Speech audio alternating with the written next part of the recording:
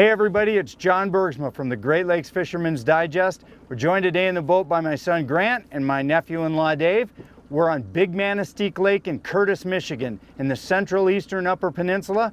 Today we're trolling crankbaits over the weeds for some really cool midsummer walleyes. Stay tuned.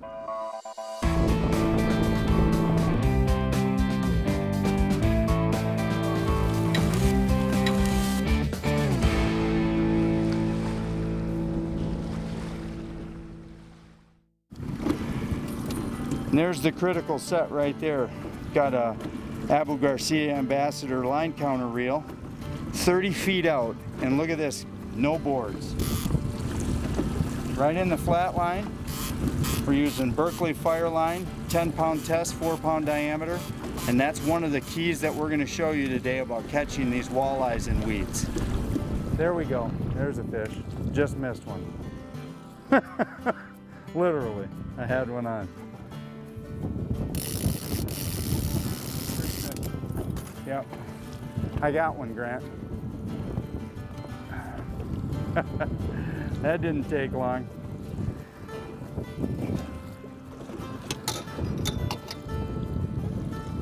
That's a nice little walleye.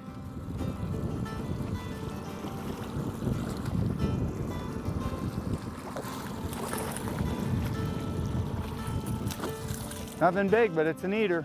Nice little eater. Beautiful little fish to start the day. We'll try to explain what we're doing and tell you what we're doing and where we're fishing as soon as we get a nice keeper. We don't even have all the rods set. Join us. What we have right here on our Lowrance is a really nice setup of screen for this type of fishing. We're in about 8.5 feet of water. We've got about a foot and a half of weeds, and you can see all of the suspended fish right there, sitting. Now we've come into a big weed cluster there. And the only thing you really got to be careful for when you're fishing out here is you just have to fight through these big weed clusters, because sometimes you'll tangle up on them, but when you get through them, then on the other side, see that really nice suspended mark. And we're running our baits back about 22 feet. And that's going to put us down about 5 foot in the column. And so we're going to miss most of the weeds, and the fish that are down at that 7 foot level at the weed tops have got plenty of ability to come up and grab our baits. Those are the fish that we're targeting. What we're fishing with today while we're trolling is with our Trax Tech rod holders, and today we're using the trees. These are our 2 outside rods. This is the high outside rod, this is the next one down, so that's the middle rod. And then of course we're using this flat line rod holder parallel to the water. This is easily adjustable just by pulling it up and lowering it back down. The reason I like these is because they're very versatile. They operate really well, and they're really easy to take on and off your boat for different styles of fishing. Today we're trolling flat lines and boards for walleyes. If I wanted to go downrigger fishing for lake trout or salmon, all I'd have to do is pop my back clip off here, slide my electric downriggers on, put my black clip back on, and I've got all the rod holders necessary for me to troll for big lake fish. So I love this system of rod holders and tracks for my boat.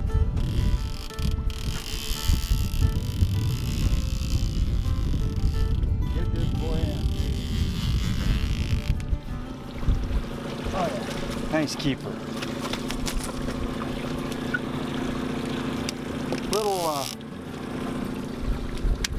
Little inland lake fish, but boy, they eat good.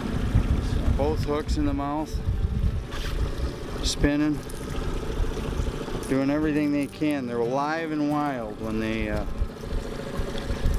hit in this shallow water. It's a walleye. That's okay. Just a nice little walleye. This one's not a keeper, but this is the right area we're in right now. We just have to be patient and wait out the bigger fish. Cute little walleye. Let's talk a little bit about what we did so far to get those 5 in the boat. And I think what was critical was Dave was steering us off from the 7.5 out to 10. And we were identifying what depth and what length of weeds on the bottom, the combination of those two things, right, Dave, that was producing actual keeper-sized fish versus just something that looked good. Right. Yeah, I mean, sometimes stuff looks good and isn't good. You don't catch anything. And then sometimes the stuff that you that's close by that might be the right stuff, because you can actually effectively fish it better. You know, fishing a lot of times is just like putting together a puzzle. I mean, you get it piece by piece, and after you get enough pieces that fit that same mold, you start to figure it out, and then it makes catching them, at least for that day, a lot easier. Just and keep duplicating replication, trolling, a lot of trolling, even weed trolling in an inland lake like we're doing today is replication. We have our sets, and this is one thing we'll definitely do on this show that's a little different. You know, like right now we're pulling those little crawdad shad wraps, 20, 22, 25, somewhere in that range, and the only way we're using that lead length out to determine, you know, how far to let it out is the tops of the weeds. You know, we're looking at the tops of the weeds at 5 foot down. And unless you want to pull your boards in and take weeds off and send them back out 5,000 times a day, you'll just figure out that if you shorten your lead lengths and keep the baits up above the tops of those weeds, it'll let you fish effectively for a much longer period of time. And that's how we're determining our lead length. Is nothing short of just looking at our graph and saying, what are the tops of the weeds at? How far do I have to let it back to stay above those, but be close? That's how we're doing it. Fisherman's Digest is brought to you by Pine Bluff Resort. Located on the east shore of Big Manistique Lake, Pine Bluff is the Upper Peninsula's finest Four Seasons resort. And by the Comfort Inn in Newberry, Michigan. Great rooms at affordable prices. Additional consideration is provided by the Fish and Hunt Shop, providing sales, service, and rentals. The Fish and Hunt Shop in downtown Curtis. And by the Quality Inn of Manistique, located on US 2, offering fantastic accommodations at affordable prices. Well, here's some of the lures that we were using today while we were fishing. We used the little shad wrap, which is a number 4. And this is the white color. This seemed to be good during the daytime. And as we move towards night, the crayfish color, and this happens to be a Salmo Hornet number 5. That's a good lure on this body of water, and also a Berkeley flicker shad. Now this flicker shad is in the purple color. It's also really effective in the bone white with a green top and the crayfish color. So these are 3 lure choices, and what you can see is that all 3 lure choices are about 2.5 inches long, and they're all going to have a tight action to them, and we're letting them out anywhere between 22 and 45 depending on our depth. That seemed to be the ticket for us. So when you're fishing some of these inland lakes, especially in Michigan here, this is Big Manistique Lake, these types of lures midsummer are great for pulling either on gravel, rock, or over top of the weeds. Let me show you the lure we're using right now. It's just a Rapala. It's a number 4 in the crawdad color, and it's just a really, really effective lure when you're trolling these weeds, because it imitates a crayfish so perfectly. And you could tell this fish was hooked close to the mouth. And nice little 15-inch fish. We'll keep him because Grant's going to do a nice recipe showing you guys how to cook walleye the right way, the Grant way. Probably blacken them this time, but nice little starter fish. You just got to weed through the small ones and be patient, and you can catch bigger ones. See the way the board is laying back there? That is a better fish, I do believe.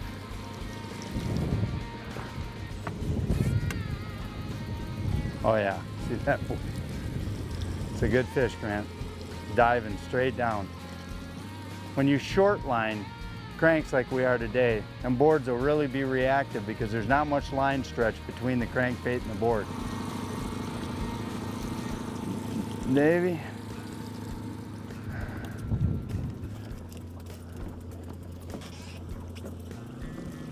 Don't lose him, Davey. Jump in here. There you go. Oh, that's a nice walleye. Rod tip down. Yeah, that's a better one. Good job, Granny.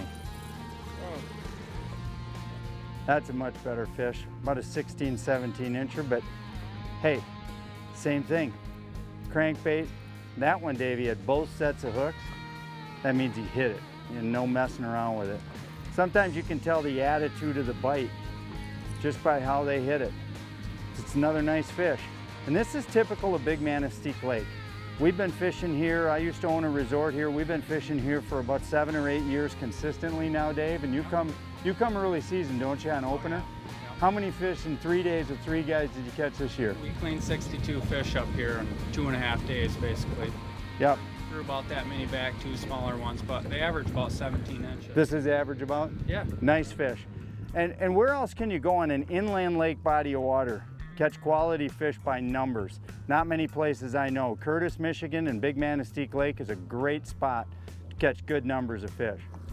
One of the things I love about this 2050 Crestliner Authority boat is this high raised up live well. This live well, most boats you see, the live well is way down here, Dave, and you gotta bend down, reach your arm all the way in, trying to find a fish if you do want to sort or put it in. Crestliners put the battery compartment under the live well right here in the store, so it's real easy to access. But what really is accomplished by that is getting the live well raised up so that it's much more comfortable to get in and out of your live well, find fish, sort fish, or just unload the fish at the end of a day's catch. And this new Crestliner has hit a home run when it comes to this live well, and also this wide open capacity. I mean, it's like fishing in your living room back here. It's big, it's wide, it's stable platform. You don't feel like you're doing this number all day long. This is a great boat, especially for big water and multi-species fishing. It's easy to fish with in a lot of different circumstances. Great Lakes Fisherman's Digest is brought to you by Lowrance Electronics. Fish the finest. This segment is brought to you by TraxTech, the ultimate fishing system. You know, our show today out of Curtis, Michigan was one of those close to my heart shows. I had a resort here in Curtis, and I am super familiar with the area. I began coming here when I was maybe 18 or 19 years old as a duck hunter, and I discovered the Curtis area and everything that it offered. And so coming here to shoot a TV show about Big Manistique Lake, South Manistique Lake, and the general area was just a natural for me. You know, the Curtis area in the East Central Upper Peninsula is one of those places where it is an awesome place to base yourself for a family vacation. This is located exactly where you want to be able to go in a lot of different directions for half-day trips or even all-day trips and have a great time. I found this to be one of the best spots to see a ton of the whole eastern half of the UP and always go back to that same location. You know, the Curtis area is only a 45-minute drive from one of the most highly publicized and most beautiful places in the Upper Peninsula, and that's the Tequamanon Falls area. The Tequamanon Falls area is about a 45-minute drive right up Highway 23 north of Newberry, and it brings you to possibly one of the most beautiful sights that I've ever seen here in Michigan. And you know, when you're there, one of the things that you really want to plan on doing is stopping and having lunch, going through this massive gift shop. Now, I'm not big on commercial stuff, but Lark and her crew up at the Tequamanon Falls Brewery has a fantastic stop place. They've got craft-made beers, they've got a place to grab lunch, they've got an ice cream place, and they've got just tons of really unique stuff that you don't just find in any old gift shop. And it really kind of makes for a fun half a day. You get a tour and take a long walk to the falls, and what's cool is you hear these falls before you ever get to them, and you can walk down flights of steps and get super close to them. It's just really a fun experience. There's a lot of other things that you can look at. You're only about a 60-minute drive, an hour away from Munising. Munising is one of the most beautiful places in the Upper Peninsula as well, with a long finger inland bay, and they have boat tours like the Glass Bottom boat tour, and there's a jet boat that actually takes you out now that you just spin around. It's kind of crazy. And they've got the traditional boat tour there that takes you to see all the pictured rocks locations. So Munising's only about an hour away. Sault Ste. Marie and the boat tours that tour the locks are only 90 minutes away. Curtis is centrally located, and it's a great launching point for an amazing Upper Peninsula vacation. It's a walleye. Oh yeah. Wear them out a little bit. There's a walleye. It's a nice one too. Yeah. Crazy thing, he must have hit it. He must have hit it and just followed in behind the board.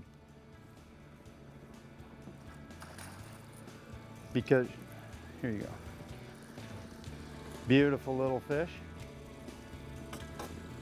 He must have just swam right in, because that just, I didn't even, other than the tattle flag on that offshore board, I had no idea that fish was even there. I almost got your hook set right in the finger. Oh yeah, tip of the finger. Nice little keeper fish. The way we pick our baits for presenting to these weed fish that we're fishing for, basically it's time of year and water temperature. As you progress from spring to summer and the water temperature rises to 65, 70 degrees and up, you start to use baits that are of a much tighter action. A shad rat, for example, a Berkeley flicker shad number 4 or 5 is a really good choice bait for me on this body of water. Also, we tend to pick up our speed a little bit. I almost never go less than 1.8, and a lot of times I find myself at 2.2, 2.4. And it's based on water temperature. Again, we've had a really warm spell here. We've got water temperatures in the upper 70s. You really need to pick the pace of your speed up. You need to present them baits to those fish quick. You got to make them make a decision, and typically when you do that, they slam them, especially weed fish. Weed fish are almost like river fish. They're real reactive. They're hiding in the weeds. Something goes over their head. They don't have all day long you know, to make a decision. That fish is going to be gone. So they use their cover and they use the strike mechanism, especially in the weeds, to really trigger what they do. So using a tight action bait at a high speed really makes sense. This segment brought to you by Ely, Minnesota. On the Boundary Waters Canoe Area, Ely, one of North America's last pure wilderness experiences. All right, what we're doing here today is barbecue salmon, and we got our fresh salmon that we just lay right on the foil, oil it, and then we have our potato and mushroom and onion hash that we pre-cooked a little bit. That way it will get done at the same time as the salmon. Dump that over top. And then last but not least, our asparagus. Put that over top. And then the key ingredient, the barbecue. I use Sweet Baby Ray's, but you can use whatever style barbecue you prefer.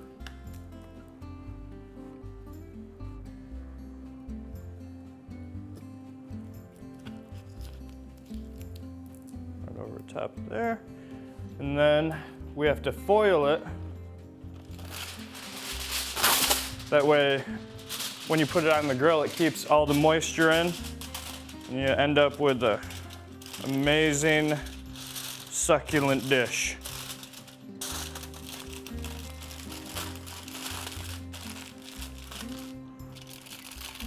Wrap all the sides up tight, that way it doesn't leak out.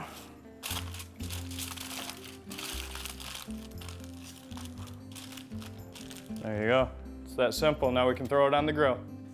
All right, now we're gonna show you how to do the hash for the barbecue salmon.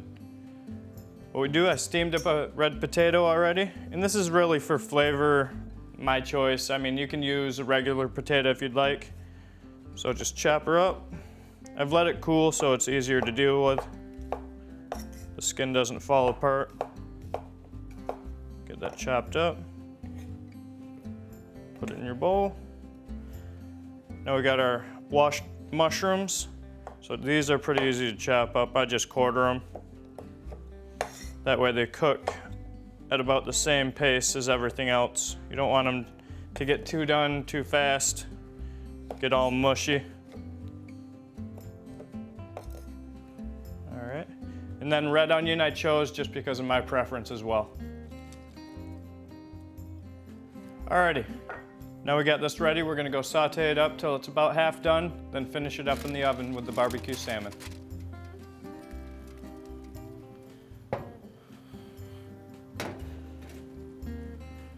All right, we're gonna let that sit in there for about probably 12 minutes. We'll be ready.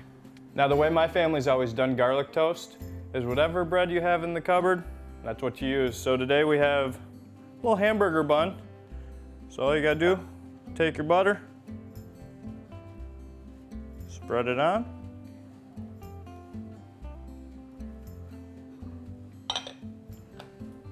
Grab your Lowry's garlic salt.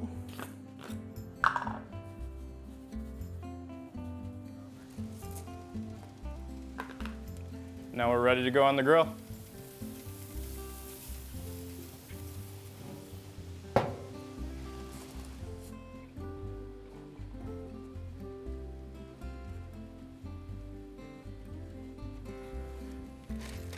And if all else fails, once you smell the barbecue sauce coming out from it, that's when she's ready. This is amazing. Our barbecue salmon with asparagus, a hash over top, and garlic toast to top it all off. I love it. Flatline again, no boards. Right there, nice walleye. Nice walleye right here. Okay. Nice walleye.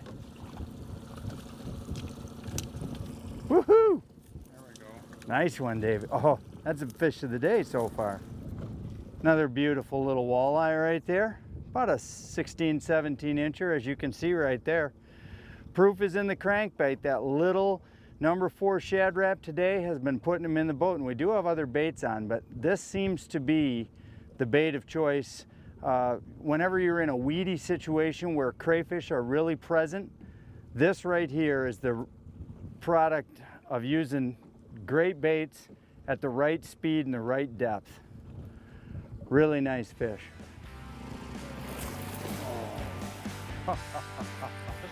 Oh yeah, we'll keep that one for multi-species. That'll be great. Hoist him in. Another nice little walleye though. Grant also switched up colors. It's a nice walleye. There we go. Nice little keeper walleye. Nothing monstrous. Again, another 15-incher. Hey everybody, this is John Bergsma from Fisherman's Digest. Thanks for joining us today. We had a great day on the water here in Curtis, Michigan on Big Manistique Lake. If you're looking for a fantastic midsummer fishery and a place to come with your family and take a nice vacation, it's Curtis, Michigan. Closed captioning provided by the Quality Inns of Escanaba, Manistique, and St. Ignace on US 2 and the Eastern Upper Peninsula. A lot of times picking a good spot on the lake is just picking a place where there's life.